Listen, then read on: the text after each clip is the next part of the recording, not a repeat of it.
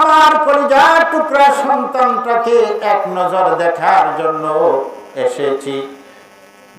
কিন্তু জুনায়েদ বাগদাদী রহমাতুল্লাহি আলাইহি বলেন, ওরে আল্লাহ তাআলার বান্দি, তুমি তো শহীদের মা হয়ে গেছো। বলো সুবহানাল্লাহ। তুমি শহীদের মা হয়ে গেছো। হাসরের ময়দানে তোমার সন্তান তোমাকে শাফাআত করে জান্নাতে নিয়ে যাবে। মহিলা মানুষ কিছুই বুঝতেছে না। হুজুর, আমি কিছুই বুঝলাম না। আমি শহীদের মা হয়ে গেছি, তার মানে কি? তার মানে হচ্ছে গত কয়েকদিন পূর্বে তোমার ছেলেকে এক বদনা পানি আটার জন্য নদীর কিনারায় প্রেরণ করেছিলাম। উস্তাদদের খেদমত করার জন্য মাঝে মধ্যে পানি আনতে হয়। তোমার সন্তানটিকে নদীর কিনারায় পানি আনতে পাঠিয়েছিলাম। বৃষ্টির কারণে নদীর পার পিছলা ছিল। পিছলার কারণে পা পিছলি গিয়ে নদীর মাঝখানে চলে গেছে। তোমার ছেলে শহীদ হয়ে গেছে। এই জন্য আমি বলতেছি, তুমি শহীদের মা হয়ে গেছো। এই হৃদয় বিদারক ঘটনা শোনার পরে মা বলতেছে, ও আল্লাহ, বলি আমি শহীদের মা হয়ে গেছি বুঝলাম, কিন্তু যে সন্তানকে আমি 10 মাস 10 দিন পর্যন্ত পেটে নিয়ে বোঝা বইছি, কলসের কলস রক্ত তার জন্য উৎসর্গ করেছি, ও আল্লাহ বলি যার চেহারা না দেখলে ঘুম আসতো না, যাকে না খাওয়াইলে আমার পেটে লাগবে। সাল্লি আলা রাসূলিল কারীম।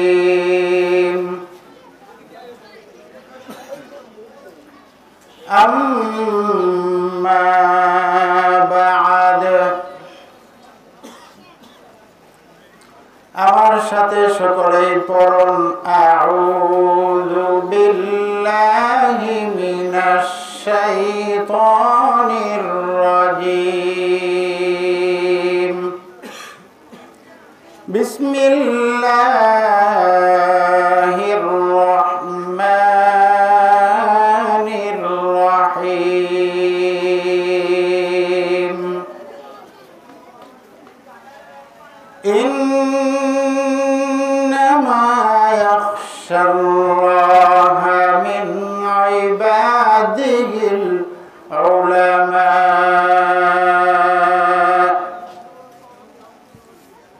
وقال النبي صلى الله عليه وسلم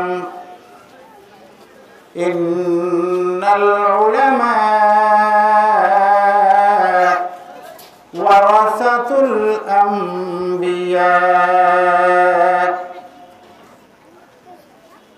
صدق الله مولانا العظيم وصدق رسوله النبي الكريم. وقال الشاعر العلام कुदरत का तमाशा है मदीना के गली में, कुदरत का तमाशा है मदीना के गली में, जन्नत का नमूना है मदीना के गली में। अल्लाह को मालूम है क्या नूर खुदाई, हर वक्त चमकता है मदीना के गली में। ईमान का हासिल नहीं गैर इश्क मदीना, मरने के तमन्ना है मदीना के गली में।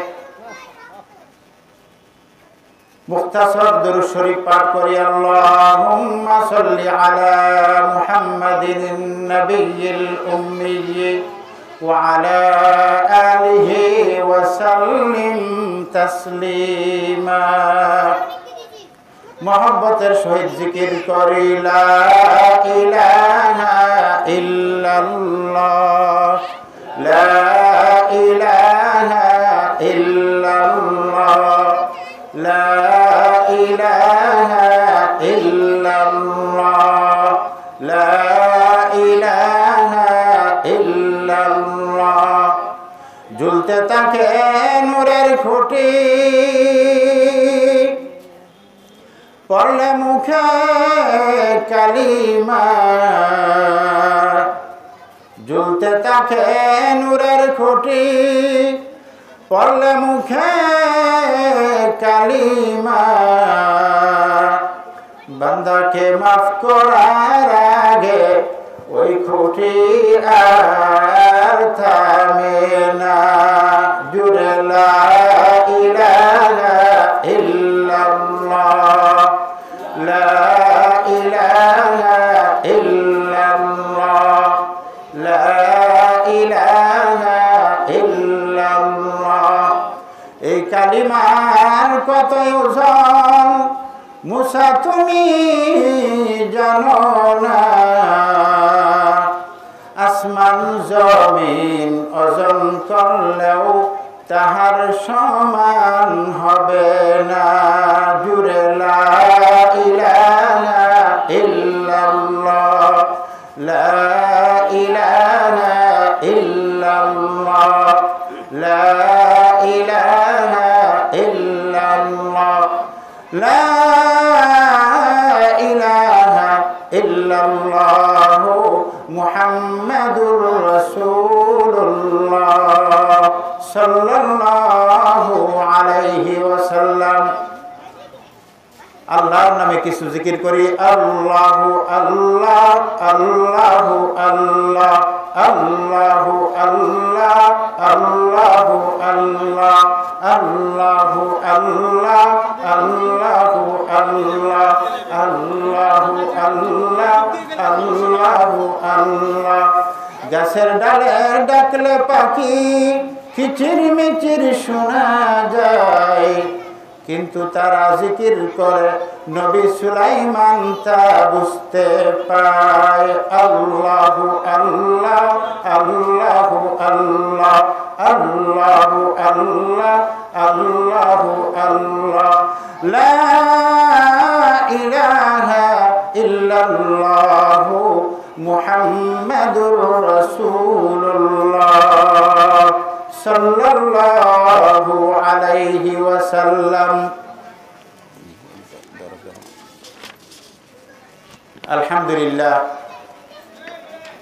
আল্লাহ পাক রব্বুল আলামিনের দরবারে অসংখ্য শুকরিয়া নবাবের বাগ হাফিজিয়া মাদ্রাসা ও এতিমখানা এর উদ্যোগে পঞ্চম বার্ষিক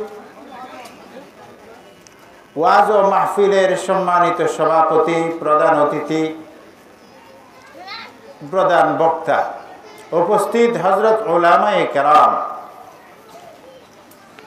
এবং এলাকাবাসী বিভিন্ন এলাকা থেকে দিন প্রিয় ইসলাম প্রিয় মুমিন মুসলমান ভাইয়েরা আগত হয়েছেন আমরা সকলেই সেই মহান রব্বুল আলামিনের দরবারে শুকরিয়া আদায় করি যে মহান রব্বুল আলামিন আমাদেরকে এই কোরআনের মাহফিলে হাদিসের মাহফিলে দ্বীনি মজলিসে আসা এবং বসার মতো তৌফিক দান করেছেন সকলেই শুকরিয়া আদায় করি আলহামদুলিল্লাহ আরো জোরে আওয়াজ দিয়ে বলি আলহামদুলিল্লাহ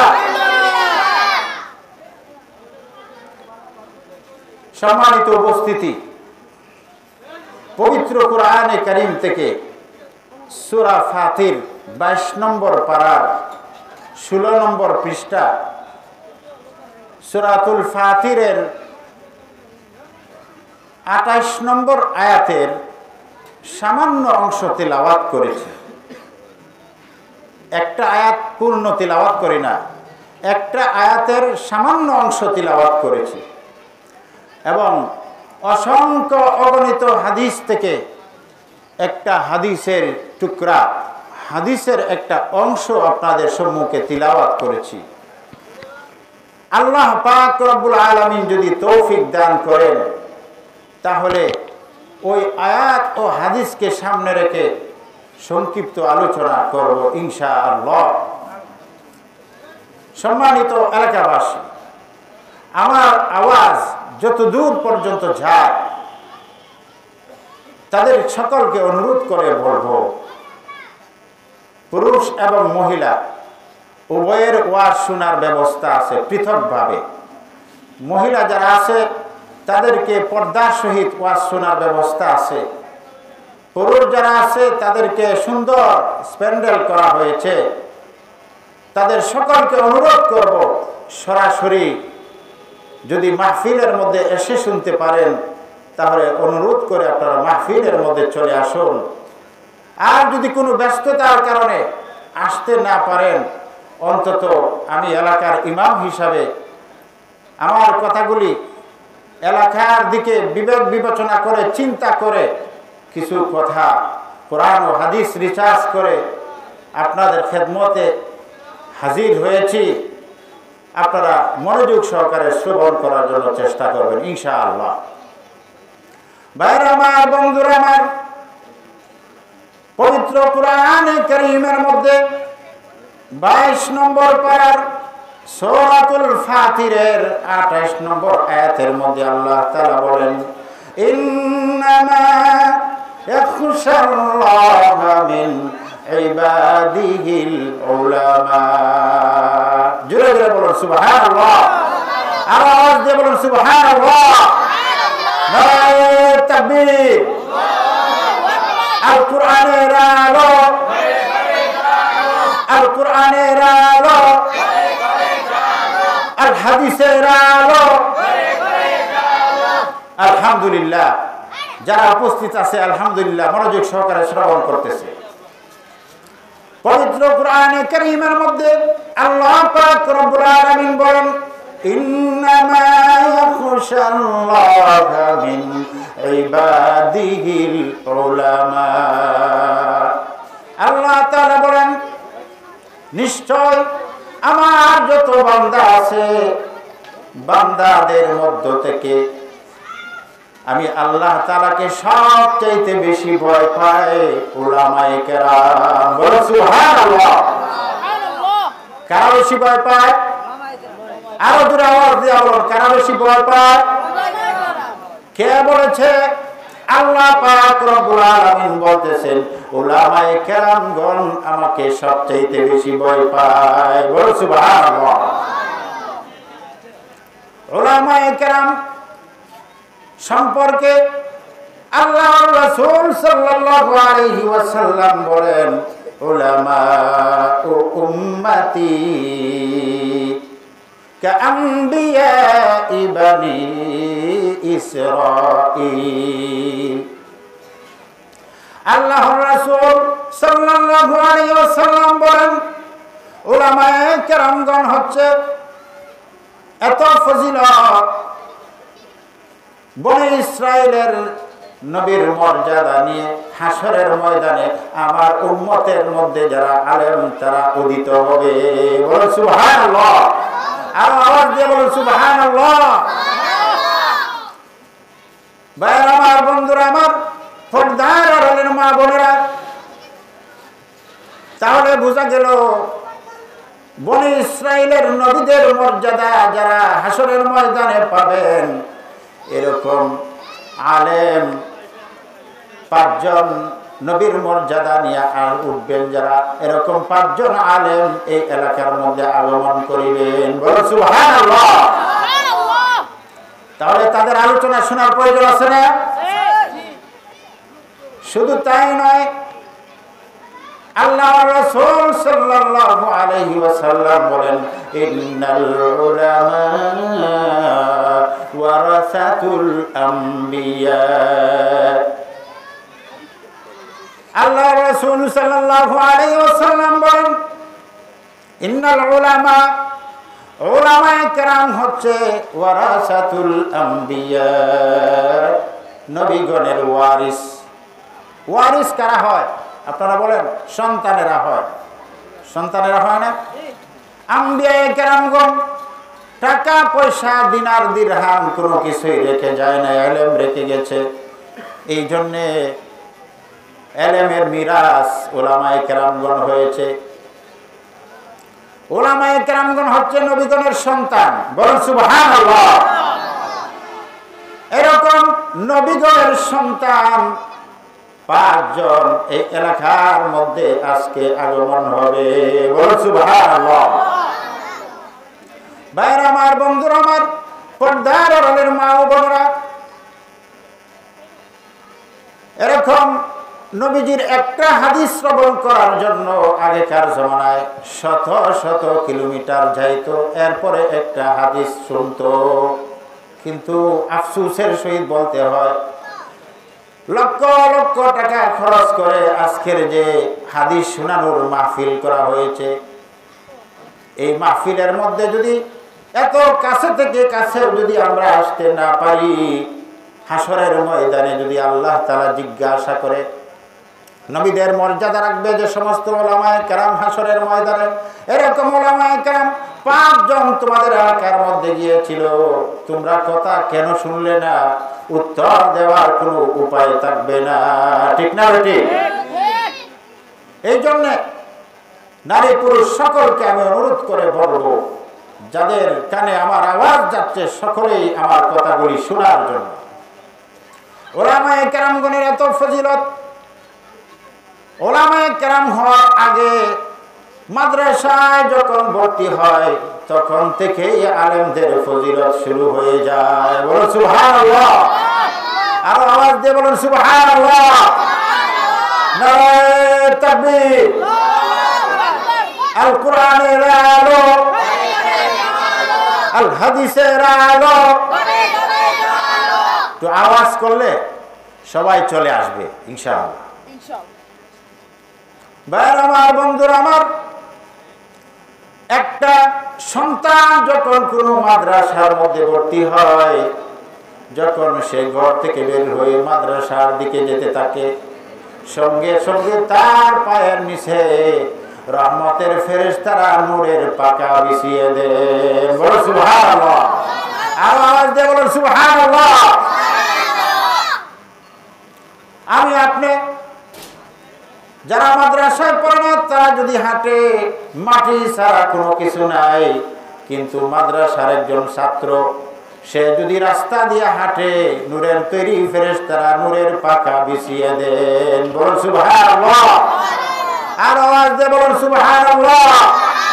শুধু তাই নয়, মাদ্রাসায় যখন একটা সন্তান ভর্তি হয়ে যায়, তখন সারা দুনিয়ার মধ্যে যত মাখলুক আছে, সমস্ত মাখলুক তার জন্য দোয়া করতে থাকে, সুবহানাল্লাহ। ভাইরা আমার, বন্ধুরা আমার, পর্দার আড়ালের মা বোনেরা, শুধু তাই নয়, গর্তের পিপিলিকা থেকে নিয়া সমুদ্রের মাছ পর্যন্ত ওই তালিবুল ইলম মাদ্রাসার ছাত্রের জন্য দোয়া করতে থাকে, সুবহানাল্লাহ। আর আওয়াজ দিয়ে বলুন সুবহানাল্লাহ। ভাইরা আমার, বন্ধুরা আমার, শুধু তাই নয়, একটা ছাত্র যখন মাদ্রাসায় ভর্তি হয়ে যায়, তখন এই ছাত্রটি আল্লাহ তাআলার হেফাজতে চলে যায়, সুবহানাল্লাহ। আল্লাহ তাআলার জিম্মায় চলে যায়। সমস্ত প্রকারের বিপদ আপদ থেকে আল্লাহ পাক রব্বুল আলামিন নিজে হেফাজত করেন, সুবহানাল্লাহ। একজন মহিলা, তার একটি সন্তান, তখনকার জমানা এখনকার জমানার মতো মাদ্রাসা ছিল না, শত শত ছাত্র ছিল না, কোন আলেমের কাছে সন্তানকে রেখে আসা হইতো। তখনকার জমানার বড় আলেম ছিল হযরত জুনায়েদ বাগদাদী রাহমাতুল্লাহি আলাইহি, বলেন সুবহানাল্লাহ। হযরত জুনায়েদ বাগদাদী রাহমাতুল্লাহি আলাইহির কাছে মহিলার সন্তানটি হাতে উঠায়া দিয়া বাসায় চলে যায়। 1 সপ্তাহ পর এই মহিলাটি তার সন্তানকে দেখার জন্য জুনায়েদ বাগদাদী রহমাতুল্লাহি আলাইহির বাড়িতে চলে গেল বা মাদ্রাসায় চলে গেল। বলতেছে, ওগো আল্লাহর ওলি, ওগো আল্লাহর ওলি, আমার কলিজার টুকরা সন্তানটাকে এক নজর দেখার জন্য এসেছি। কিন্তু জুনায়েদ বাগদাদী রহমাতুল্লাহি আলাইহি বলেন, ওরে আল্লাহ তাআলার বান্দি, তুমি তো শহীদের মা হয়ে গেছো। বলো সুবহানাল্লাহ। তুমি শহীদের মা হয়ে গেছো। হাসরের ময়দানে তোমার সন্তান তোমাকে শাফাআত করে জান্নাতে নিয়ে যাবে। মহিলা মানুষ কিছুই বুঝতেছে না। হুজুর, আমি কিছুই বুঝলাম না। আমি শহীদের মা হয়ে গেছি, তার মানে কি? তার মানে হচ্ছে গত কয়েকদিন পূর্বে তোমার ছেলেকে এক বদনা পানি আটার জন্য নদীর কিনারায় প্রেরণ করেছিলাম। উস্তাদদের খেদমত করার জন্য মাঝে মধ্যে পানি আনতে হয়। তোমার সন্তানটিকে নদীর কিনারায় পানি আনতে পাঠিয়েছিলাম। বৃষ্টির কারণে নদীর পার পিছলা ছিল। পিছলার কারণে পা পিছলি গিয়ে নদীর মাঝখানে চলে গেছে। তোমার ছেলে শহীদ হয়ে গেছে। এই জন্য আমি বলতেছি, তুমি শহীদের মা হয়ে গেছো। এই হৃদয় বিদারক ঘটনা শোনার পরে মা বলতেছে, ওগো আল্লাহ বলি, আমি শহীদের মা হয়ে গেছি বুঝলাম, কিন্তু যে সন্তানকে আমি 10 মাস 10 দিন পর্যন্ত পেটে নিয়ে বোঝা বইছি, কলসের কলস রক্ত তার জন্য উৎসর্গ করেছি, ওগো আল্লাহ বলি, যার চেহারা না দেখলে ঘুম আসতো না, যাকে না খাওয়াইলে আমার পেটে বাদ যাইত না, এরকম একটা কলিজার টুকরা সন্তান পানিতে পরে মৃত্যুবরণ করলো। ওগো আল্লাহ বলি, তার একটু চেহারা দেখতে চাই। বলেন সুবহানাল্লাহ। মা তার সন্তানের চেহারা দেখতে চায়। হযরত জুনায়েদ বাগদাদী রাহমাতুল্লাহি আলাইহি বলেন, ওরে আল্লাহ তাআলার বান্দী, তার চেহারা দেখতে পারবে না। তবে তুমি যদি চাও, যে জায়গার মধ্যে পিছলা খেয়ে তোমার সন্তান শহীদ হয়েছে, সেই পিছলা খাওয়ার দাগ এখনো নদীর কিনারায় উপস্থিত আছে। তুমি পিছলার দাগ দেখে আসতে পারো। আল্লাহ তাআলার বান্দি চলে গেছে নদীর কিনারায়, যে দেখে আসলে সন্তানের পিছলা খাওয়ার দাগ এখনো বিদ্যমান আছে। সন্তানের পিছলার দাগ দেখে তার শরীরের পশমগুলি দাঁড়ায় গেল, আর সন্তানের কথা মনে হয়ে গেল, হায় আফসোস, আমার সন্তান কি এই জায়গার মধ্যে পিছলাকায় পড়েছিল নাকি? সঙ্গে সঙ্গে আল্লাহ তাআলার কাছে হাত উঠায়া দিল আর বলতেছে, রব্বুল আলামিন কাদেরে কুদরত দারি হাতে খাহি আখুনি মুর্দারা তো জান বখশে জিন্দারা বেজাকুনি। কাদেরে কুদরত দারি হাতে খাহি আখুনি মুর্দারা তো জান বখশে জিন্দারা বেজাকুনি। রব্বুল আলামিন, রব্বুল আলামিন আপনি মুর্দাকে জিন্দা করতে পারেন, আবার জিন্দাকেও আপনি মুহূর্তের মধ্যে মৃত্যু দিতে পারেন। রব্বুল আলামিন আপনার নবী বলেছেন, 3 প্রকারের দোয়া ফিরত দেওয়া হয় না। মাজলুমের দোয়া ফিরত দেওয়া হয় না, মুসাফিরের দোয়া ফিরত দেওয়া হয় না, ওয়া দাওয়াতুল ওয়ালিদ আলা ওয়ালাদিহি, এবং মা বাবা যখন সন্তানের জন্য দোয়া করে সেই দোয়া ফেরত দেওয়া হয় না। রব্বুল আলামিন আমি মা হয়ে আমার সন্তানের জন্য হাত উঠায়া দোয়া করতেছি, আল্লাহ যে সন্তানকে আমি 10 মাস 10 দিন পর্যন্ত পেটে নিয়ে বুঝা বইছি, কলসের কলস রক্ত উৎসর্গ করেছি, সেই সন্তানের জন্য, সেই সন্তানের চেহারা দেখার জন্য আমি আমার সন্তানের চেহারা চাই। আল্লাহ তুমি আমার সন্তানকে ফিরত দাও, আল্লাহ তুমি আমার সন্তানকে ফেরত দাও, আল্লাহ তুমি আমার সন্তানটাকে ফেরত দাও, আমি আমার সন্তানের চেহারাকে একবার দেখব, এরপরে যদি তুমি নিয়ে যাও কোনো অসুবিধা নাই, তবে আমার সন্তানটাকে এই মুহূর্তে ফেরত দাও। মা যখন দোয়া করতেছে সঙ্গে সঙ্গে পানি ছিদ্র করে তার সন্তান আসতেছে আর বলতেছে যে মা তোমার সন্তানকে ফেরত দিয়া দিছে। বলো সুবহানাল্লাহ, আর আওয়াজ দিয়ে বলো সুবহানাল্লাহ। নারে তাকবীর। আল কোরআনের আলো, আল কোরআনের আলো। আপনার সন্তান যখন মাদ্রাসার মধ্যে ভর্তি হবে সঙ্গে সঙ্গে আল্লাহ তাআলার হেফাজতে চলে যায়। বলো সুবহানাল্লাহ। সন্তানকে কুলে নিয়ে জুনায়েদ বাগদাদী রাহমাতুল্লাহি আলাইহির কাছে চলে গেছে। সন্তানও কান্দে, মাও কান্দে, এরকম একটা দৃশ্য নিয়ে জুনায়েদ বাগদাদী রাহমাতুল্লাহি আলাইহির কাছে চলে গেছে। জুনায়েদ বাগদাদী রাহমাতুল্লাহি আলাইহি জিজ্ঞাসা করলো, হুজুর, আয় আল্লাহ তাআলার বান্দি, তোমার সন্তান কোথায় থেকে পাইলে? এক সপ্তাহ আগে তো তোমার সন্তান মৃত্যুবরণ করেছে, তুমি সন্তান কোথায় থেকে পাইলে? বলে আমি আল্লাহ তাআলার কাছে চাইছি, ফেরত দিয়া দিছে। সঙ্গে সঙ্গে জুনায়েদ বাগদাদী রাহমাতুল্লাহি আলাইহি তার উস্তাদের নাম হচ্ছে সিররে সাক্তি। সিররে সাক্তি তার উস্তাদের কাছে চলে গেছে। উস্তাদ জি, কিছুই বুঝলাম না, আমার এক ছাত্র এক সপ্তাহ আগে ইন্তেকাল করেছে, কিন্তু মা দোয়া করছে, হাত উঠায় দোয়া করছে, সেই সন্তান আবার জিন্দা হয়ে গেছে, তার কারণ কিছুই বুঝলাম না। সিররে সাক্তি রাহমাতুল্লাহি আলাইহি মুরাকাবার মধ্যে বসে গেছে।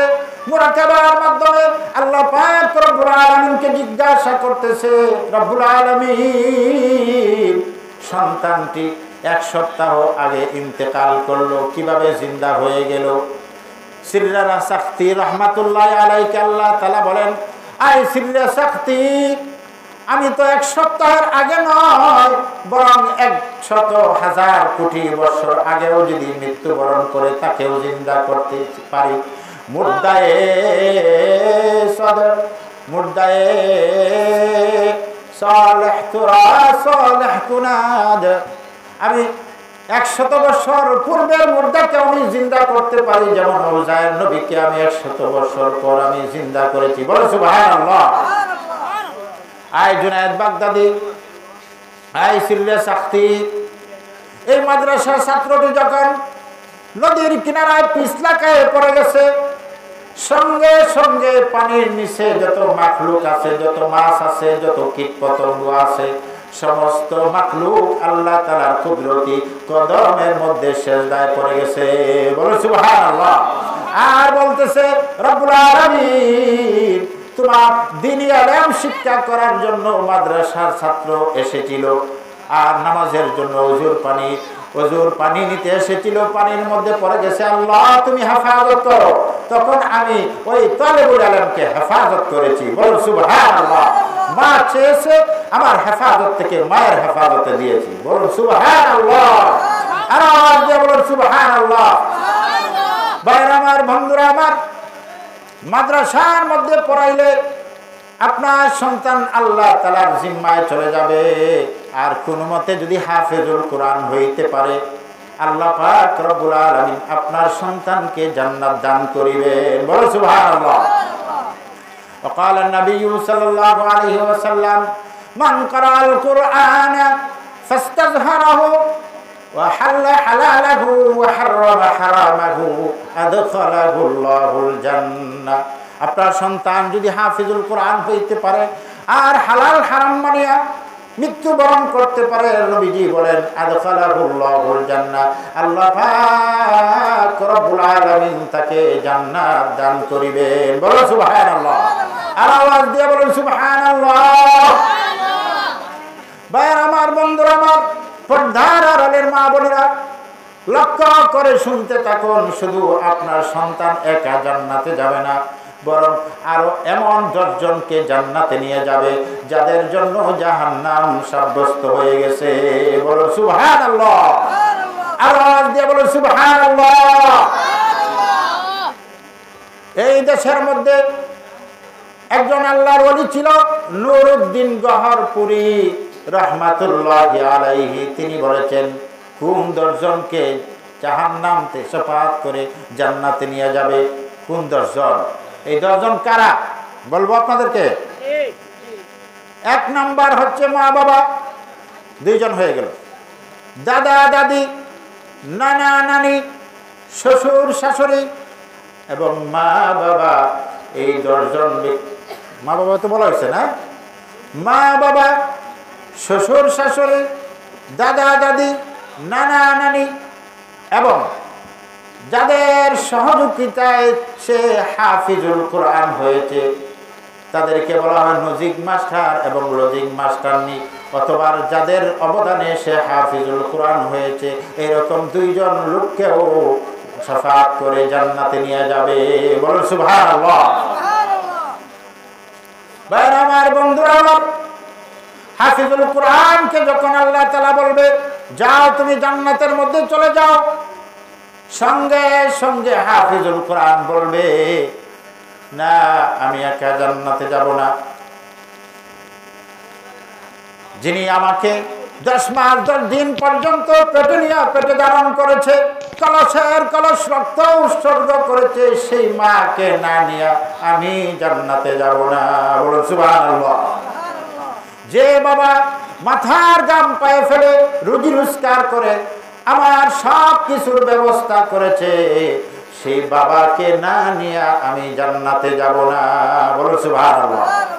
ফেরেশতারা বলবে তোমার মা এবং বাবা বেপরদিকি ভাবে চলার কারণে, বেনামাজি হওয়ার কারণে, এরকম ভাবে গায়ে হলুদের অনুষ্ঠানে যাওয়ার কারণে, যাকাত আদায় না করার কারণে, হজ আদায় না করার কারণে, বিভিন্ন গুনাহের সাথে জড়িত থাকার কারণে তওবা করতে পারে নাই, এইভাবে মৃত্যুবরণ করেছে। এই জন্য তোমার মা বাবা জাহান্নামের মধ্যে চলে গেছে, জাহান্নামের মধ্যে চলে গেছে।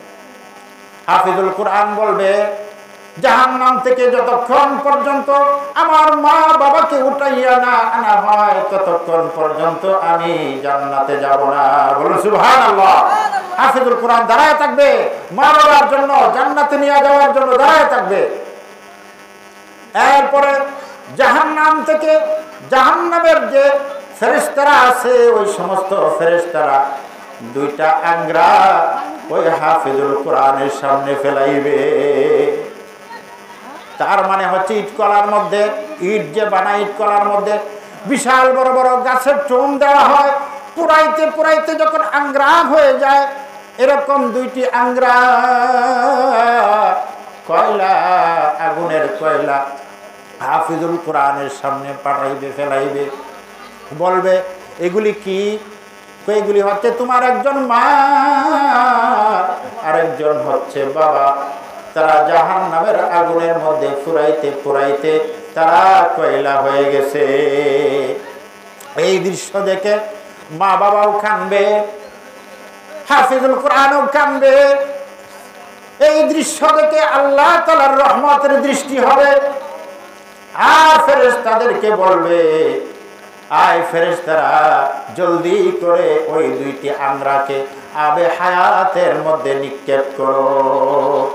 হায়াত যে যে পানির মধ্যে একটা ডুব দিলে সুন্দর হয়ে যায়, এরপরে আবে হায়াতের মধ্যে তাদেরকে নিক্ষেপ করা হবে। এক কিনারায় ডুব দিবে 2টা জ্বলন্ত আঙ্গরা, কয়লার আঙ্গরাকে ফেলানো হবে। তার মানে হচ্ছে হাফিজুল কোরআনের মা বাবাকে ওই পানির মধ্যে ফেলা হবে। আর কিনারা দিয়া হযরত ইউসুফ আলাইহিস সালামের মতো সুন্দর হয়ে বাসবে। বলো সুবহানাল্লাহ। আওয়াজ দিয়ে বলো সুবহানাল্লাহ। নারে তাকবীর। দ্বীন ইসলামের আলো, আল কোরআনের আলো, আল হাদিসের আলো। ভাইরা আমার, বন্ধুরা আমার, এই হাফিজুল কোরআনের মা বাবা, হযরত ইউসুফ আলাইহিস সালামের মতো সুন্দর হয়ে অন্য কিনারা দিয়া বাসবে। বলো সুবহানাল্লাহ। শুধু তাই নয়, সঙ্গে সঙ্গে হযরত আদম আলাইহিস সালামের মতো 60 হাত লম্বা হয়ে যাবে। বলো সুবহানাল্লাহ। হযরত দাউদ আলাইহিস সালামের মতো কণ্ঠস্বর হয়ে যাবে হাফিজুল কোরআনের মা বাবা। শুধু তাই নয়, হযরত